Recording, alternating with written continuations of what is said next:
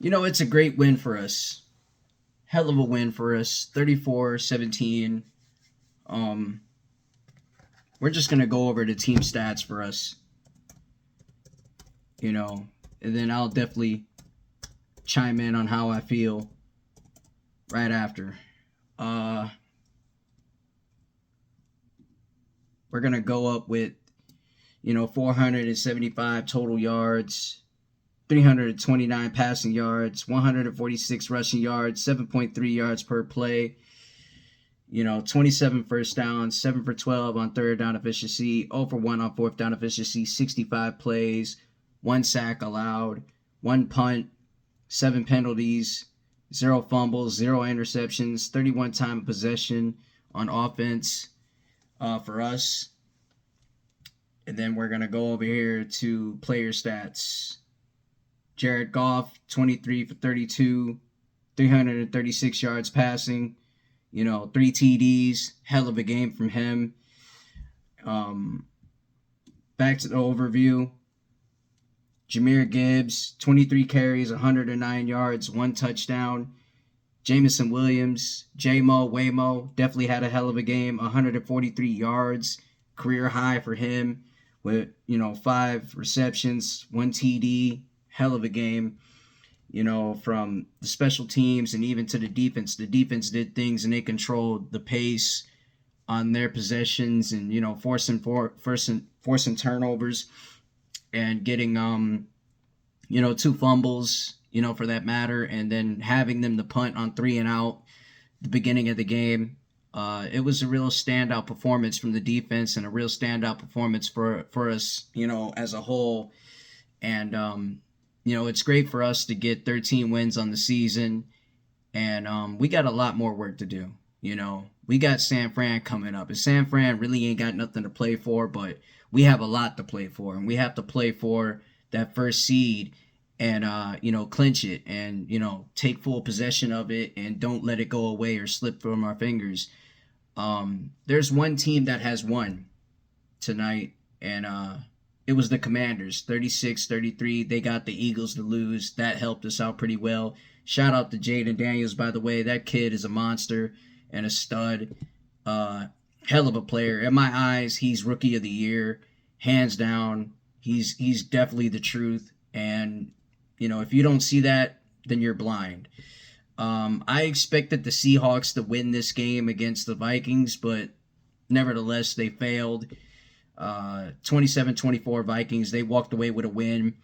I needed them to lose. I really needed them to lose so that way we could have a chance to, clinch the North, and not only clinch the North, but clinch the first seed as well, to have both teams lose, Eagles and Vikings lose on the same day while we pick up a win at Soldier Field against a team that, plays through 2/3 of a team itself, because they really depend on their special teams and defense. Their offense is really not so much of a juggernaut, but as soon as that Bears team starts to become a juggernaut and start trusting and developing an offensive line to help out Caleb Williams, they'll have a bright future. But until then, they don't, and it sucks that they got to go through it. It sucks that they got to feel like that they got to be in the same position over and over again as a franchise, and they're in their own way. They're beating them. They're just like literally beating themselves. They're not beating anyone but themselves.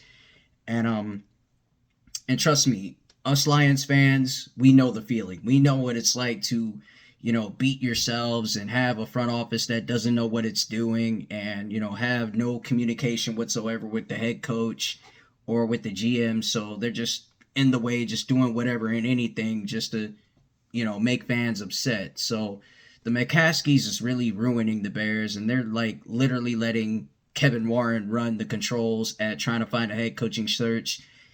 And I think that's just asinine. That's like not just asinine, but that's complete idiotic. I'll just say idiotic at that moment, because when you're the GM of a team, you're supposed to be doing the head coaching searching, not the CEO. What is he doing that for? And to be honest, no CEO should never do that. That's not their job. That's not their position. However, me being me as a Lions fan, I hate to see Bears fans go through it because it's making Bears fans look bad as it is right now. It's making them look bad, but nevertheless, I'm glad that my team came through, picked up the win, got our job done, and we know guys are out like David Montgomery. David Montgomery's not playing, but hopefully we can have him back in the postseason. Hopefully we can have Anzo back. Hopefully we can have Khalif Raymond back. Hopefully we can have Hutchinson back by NFC Championship game or Super Bowl, possibly. Hopefully we can have a lot of key players back, into the fold. Until then, we really like our role players stepping up and contributing and helping us along the way. Great team win from everybody on the field, and they really contribute. And we had our best 11 out there. They had their best 11 out there, and we, stuck to what we knew, stuck to the script, and said, hey, made the best team win and made the best team deliver. And we delivered today, and we were the better team overall. But like I said, it's on to San Fran. We know that San Fran is retooling. We know they have nothing to play for. And it's Monday night. It's 8:15. It's on ESPN. Troy Aikman and Joe Buck is on the call. And I'm ready for it. I'm really, really ready for this game. I'm ready for it. I'm pumped. I'm energized. One Pride, you should be pumped and energized about this game. I had this game circled in, from the off season till now, circled in. And that's never wavered. That's never wavered. Still circled in. And we won't forget about the NFC Championship game where we blown it and we lost that game. We won't forget about it because it stays stuck on our mind on repeat every single day. And even now it does. So we got to go in there, get our revenge, come back home, play against the Minnesota Vikings, and do work and do damage. That's if the Minnesota Vikings are still on this win streak that they have. So I'm not worried about the Vikings because I believe that the Green Bay Packers can definitely do a favor for us and win and take the pressure off of us, before Week 18. And I think Week 18 will be like a Sunday night game. So other than that, let the games begin from here. Chicken Nugget King 313. Make sure you like, share, subscribe to the channel. I'm at 270 subscribers. And give me your thoughts on the game against the Bears that we had today. One Pride, I know you're happy and excited. I'm happy and excited. And, sky's the limit from here. So let's go to San Fran, pick up a win on Monday, and then let's go on from there. One Pride, 13-2. It feels good, Detroit.